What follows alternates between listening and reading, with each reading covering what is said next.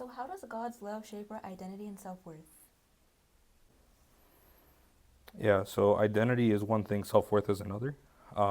They go hand in hand in a lot of ways. Basically, how does God's love shape who we are, right? Our identity from the beginning of creation was God created Adam and humanity in his own image and likeness. When God creates, he's creating out of love because he himself is love. It's a reflection of his nature, it's a reflection of his essence, in that he is love. And so before sin, before the fall, we only knew how to love.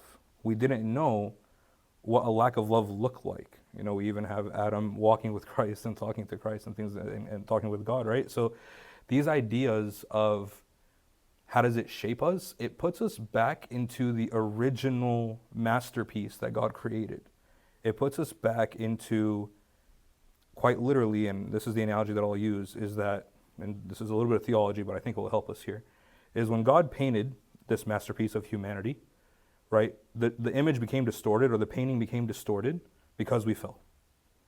The only person that can create or fix that masterpiece would be the person that created that masterpiece, because it was their own hand that created it, which is why God came to make that image perfect again, to make that what we call, even the Greek word for image or likeness is icon.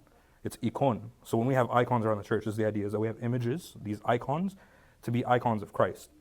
So in terms of our identity, that is our identity. Our identity is to be sons and daughters of God because we were created in his image and likeness. In terms of our self-worth, everybody in the world tends to feel worth when they are loved, right?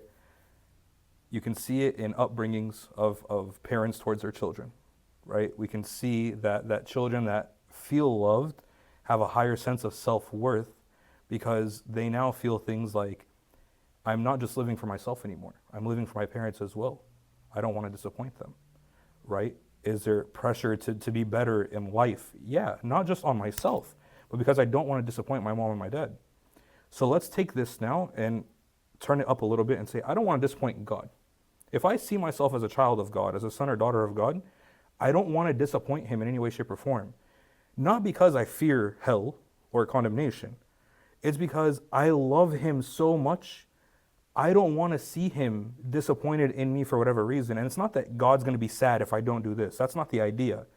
But the idea is, from us as humanity, is that we want our Father to be as happy with us as humanly possible. Us sinning draws us away from him. So our self-worth is lowered. When we're living a better life, striving towards perfection, it's not that God loves us more. No, God loves us infinitely throughout. It's that now we can abide in his love more. The relationship is stronger, not because his love is strengthened in me, but because my love is strengthened towards him. Right? Same thing with my parents, is that if I'm fighting to be as perfect as a son as possible, as perfect as a daughter as possible, that makes my love towards them increase. I love them more. A lot of people, when they graduate, for example, a college degree or things like that, they'll say, I'm doing this for my mom and my dad. That's interesting, because they're not going to be the ones that are going to be working your career day in, day out. They're not going to be the ones driving to work, feeding themselves, doing all these things. So why did you think that you did it for your mom and your dad?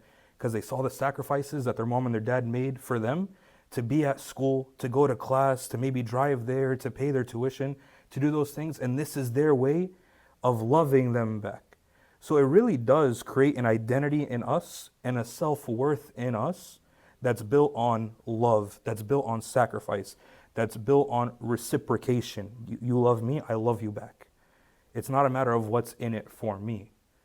Because once we get to the what's in it for me, now that's selfish, and I'm sure that we'll talk about the three types of love in a little bit, but that's really how we get our identity and self-worth from God's love.